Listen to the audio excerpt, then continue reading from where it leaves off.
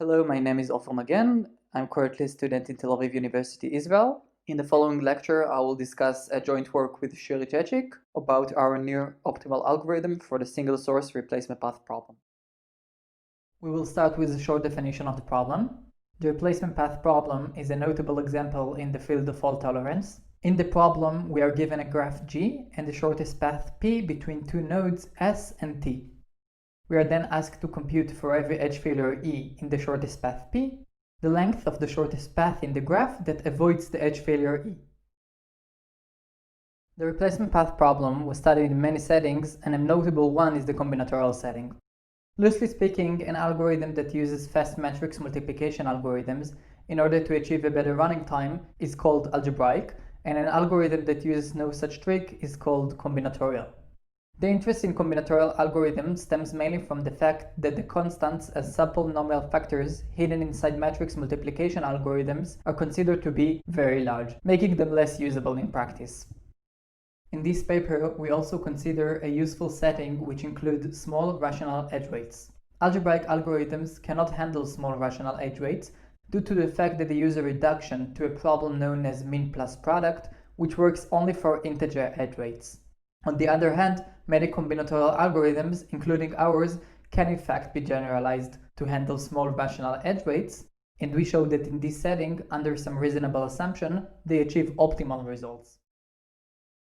One of the first results in the field of fault tolerance is a near linear time algorithm for the replacement path problem in undirected graphs with non-negative weights. This algorithm, published by Malik, Mittal and Gupta back in 1989, is combinatorial. Rather interestingly, when looking at the directed variant of the problem, a conditional lower bound by Vasilevska, Williams and Williams shows that under some reasonable assumptions, no algorithm will achieve better than trivial results for replacement path in directed, arbitrarily weighted graphs. This suggests that the directed variant of the problem is intrinsically more difficult than the undirected one, and also suggests that in order to achieve some non-trivial results, we must restrict the edge weights in some way. For the case of unweighted directed graph, a near m^n time combinatorial algorithm was shown in 2005 by Rodetti and Zwick.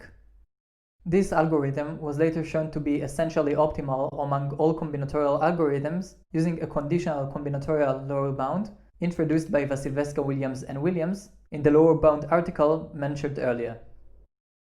Rodetti and Zwick's algorithm is an example of a combinatorial algorithm that can be easily generalized to handle small rational edge weights. One of the most known results in the field of fault tolerance is Vasilevska-Williams MN-omega algebraic algorithm for replacement path in directed graph with integer edge weights that are in the range between -m and m for some bounded integer m. An important and natural generalization of the replacement paths problem is the single source replacement paths problem. The SSRP problem is defined as following. The input is a graph G and the shortest path tree k hat rooted at some source node S.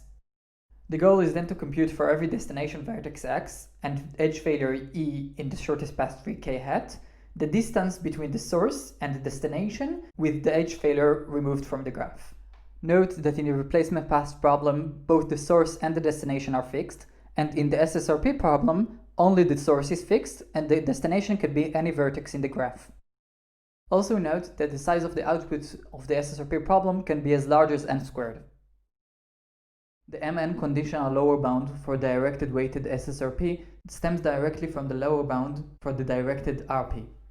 In 2019, Chechik and Cohen have shown an Mn conditional lower bound for weighted undirected SSRP.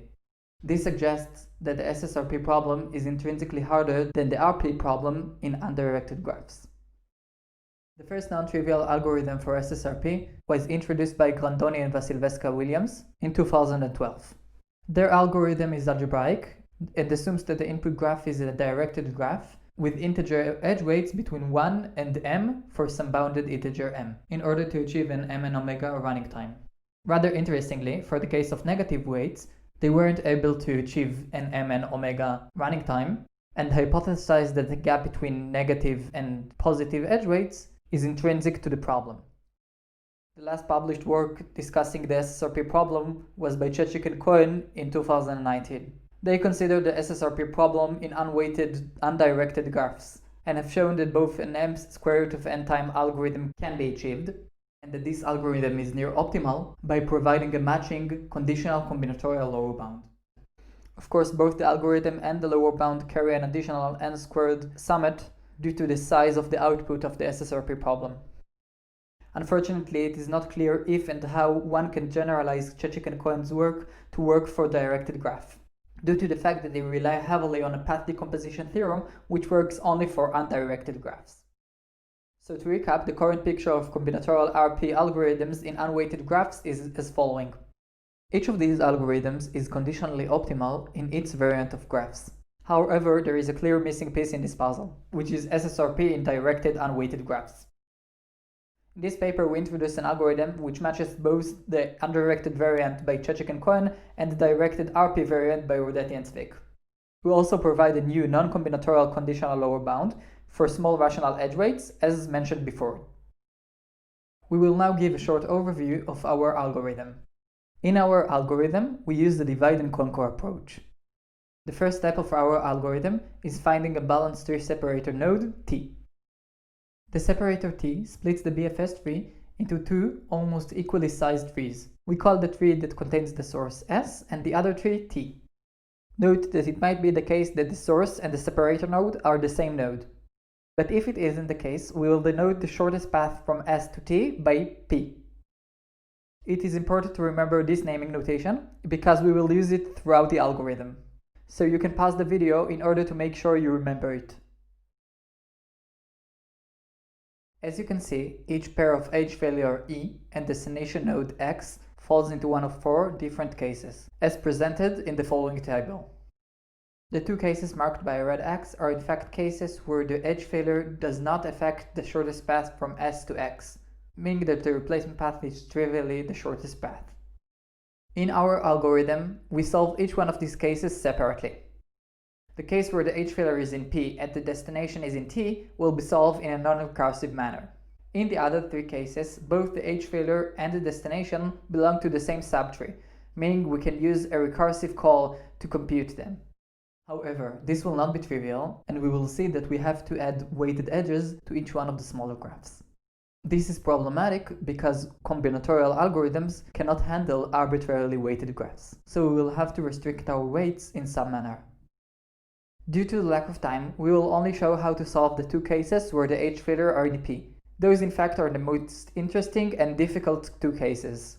The two other cases can be handled in a similar approach, as shown in the article. To understand why we need to add weights to our graph, let's look at the case where the edge failure is in P and the destination is in S, the left subtree. As stated before, we solve this case recursively over the graph induced by the marked subtree. If the replacement path to the destination is fully contained within the left subgraph, then we can simply invoke a recursive call. But it might not be the case, and the replacement path can use nodes and edges from the right subgraph, as shown in the figure. So we need to somehow pass this information to the recursive call over the left subgraph. Previous attempts to do so were made by adding shortcuts between the leaving and returning point in this left subgraph, resulting in a weighted directed graph. However, in the combinatorial setting, we cannot handle arbitrarily weighted graphs. We show that if we add only weighted edges that begin at the source S and restrict the weights to be at least the distance in the unweighted graph, then a combinatorial algorithm can still compute an SSRP. However, this creates a problem. When we add only weighted edges from the source S, and we try to represent shortcuts that doesn't necessarily begin at S, we found ourselves either undershoot, meaning not representing all replacement path, or overshoot, meaning representing replacement path that doesn't necessarily exist in the original graph. In our algorithm, we introduced a tool called the weight function, which creates overshootings, but still maintains some level of control about what replacement path the recursive call finds. And so when we receive the result, we can fix it. The main novelty of our algorithm is the introduction of the weight function tool. Let us look at a recursive call to our algorithm. The recursive call works over a subtree K of the original BFS tree K hat, which induces a subgraph H of the original graph G. Let us denote by S the source of K. A function W from the vertices of H to the natural number plus infinity will be called a weight function with respect to the source S if for every vertex V, the value given to V is at least the distance from S to V in the unweighted graph H. In the paper, we call these restrictions the weight requirements. The enhanced graph HW is defined by taking the unweighted graph H and assigning each edge the weight of 1. And then for every vertex V in the graph, add the edge SV with weight WV. These added edges will be called the weighted edges. Note that because of the weight requirements, the distances in HW are exactly the same as the distances in H. This is because any use of the weighted edges can be replaced by the use of the shortest path from S to the destination of the edge without increasing its length due to the weight requirements. The idea is that the unweighted graph H will come equipped with a set of these weight functions. We will then be able to enrich our graph with each one of the weight functions. This allows us to represent replacement paths during our recursion, but also allows us to maintain some level of control because we can tell the recursive call which weight function to use. So the new generalized problem is defined as following. The input is an unweighted graph H and a BFS tree K, and a set of weight functions W with respect to the source of the BFS tree. The goal is to compute for every weight function W in the set, for every destination X in the graph, and for every edge failure E in the BFS tree, the distance from S to X in the enriched graph HW without the edge failure E. We claim that if we keep the number of weight functions below square root of n, where n is the size of the original graph, then the total running time of our algorithm will be approximately n to the power of 2.5. Using some simple modifications, we can decrease our running time to the desired m square root of n plus n squared time, as shown in the paper. We now sketch how we take care of the two most interesting cases in which the edge failure is in P. In the case that edge failure is in P, we introduce a useful characterization of replacement paths. This characterization was firstly introduced in the algebraic SSRP algorithm. For every edge failure E in P, each replacement path must leave the path P at some point before the edge failure. If a replacement path returns to the path P after it leaves it, we say that this path is jumping. And if it leaves the path P and never returns to it, we say that it is departing. In the following figure, you can see an illustration of a jumping replacement path. However, we do not know a priori if the replacement path is jumping or departing. So we will use a known trick and create an estimation for a jumping replacement path and a departing replacement path. We will then take the minimum between these estimations, and we will be guaranteed that the distance computed indeed matches the true distance. Note that if the destination is in T, the right subtree, and we know that the replacement path is jumping, then it suffices to compute the distance between the source S and the separator T. This is because, without loss of generality, after the jumping replacement path returns to the path P after the edge failure E, it uses the shortest path in the BFS tree K to get to the destination. This path goes through the separator. So we refer to compute all replacement paths where the source is S and the destination is the separator node T. If the replacement path is unweighted, meaning it uses no weighted edges, then we can simply run Rodetian's combinatorial algorithm over the graph H with the shortest path P. So we may assume that the replacement path is weighted, meaning it uses a weighted edge. Since all weighted edges begin at the source, the replacement path immediately leaves the path P and returns to it only after the edge failure E. This is because if the replacement path would have returned to the path P before the edge failure, then it could have used the shortest path P to get there since it is before the edge failure, meaning that the use of a weighted edge was unnecessary. So the replacement path looks like this. So to solve this case, we compute distances from S in the graph HW with the path P removed, using a single call to Dijkstra's algorithm. We can then compute the optimal returning point by computing the following value.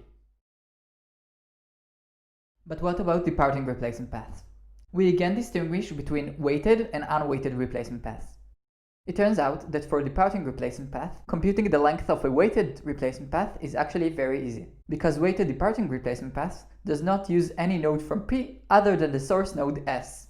This is because if it would have used a node after the H-failure E, then it would have been a jumping replacement path. And if it would have used a node before the H-failure E, then due to the claims made before, the use of a weighted edge was unnecessary. So the length of a weighted departing replacement path is simply the distance in the graph HW minus P. So we may assume that the departing replacement path is unweighted, meaning it looks something like this. We can then use known sampling techniques, similar to the one used in the algebraic SSRP algorithm. The sampling techniques are as follows. If the failure occurs among one of the last square root of n edges of P, then we can simply use a brute force technique, and for each edge among the last square root of n edges, remove the edge and compute a BFS tree. If more interestingly, the edge failure occurs farther than the separator, then we know that the length of the jump is at least square root of n, because the original path to the destination was the shortest path. Since we know that the jump consists of at least square root of n vertices, if we sample a set of pivots of size approximately square root of n, we will hit all of these jumps with high probability. This pivot sampling technique is very common. Let's look at one of these pivots, B. For every pivot B, we compute the distances from and to B in the graph H minus P using two BFS calls. And then for every edge failure E in P, we compute the length of the departing replacement path until the pivot B by finding the node U before the edge failure E, which minimizes the written expression. And then for every destination X and for every edge failure E in P, we estimate the length of the departing replacement path by finding a pivot B, which minimizes the written expression. We will then be guaranteed that with high probability, the computed value indeed matches the length of the optimal departing replacement path. We now turn to the case where the edge failure is still on the path P, but now the destination is in the subtree S, the left subtree. In the article, this case is called case 4. This turns out to be the hardest case and requires a quite extensive case analysis in order to solve. To make our life easier, let's get rid of some trivial cases. If the replacement path contains no nodes from T, then by simply invoking a recursive call over the graph induced by the vertices of S, we can compute its length. So we may assume that the replacement path contains some nodes from T.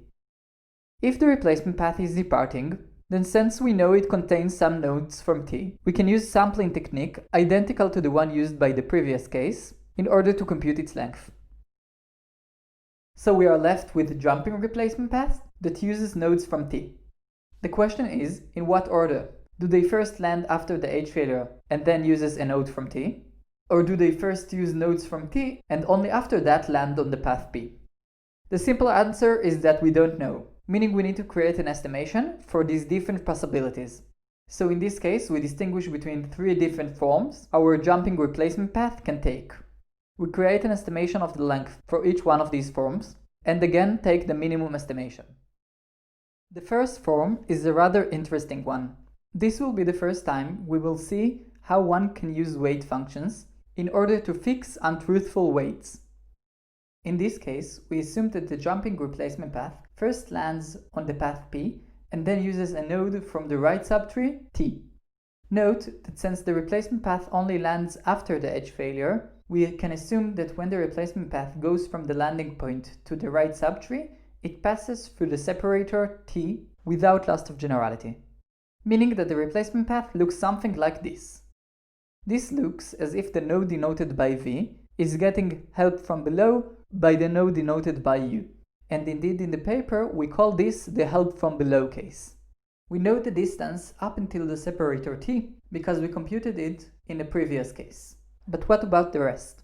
We would like to create a weight function that helps us to represent help from below to the recursive call. However, we cannot add edges from T, as we can only add edges from the source S. Moreover, the path from S to the separator looks differently from every edge failure E. The solution will be to lie to the recursion.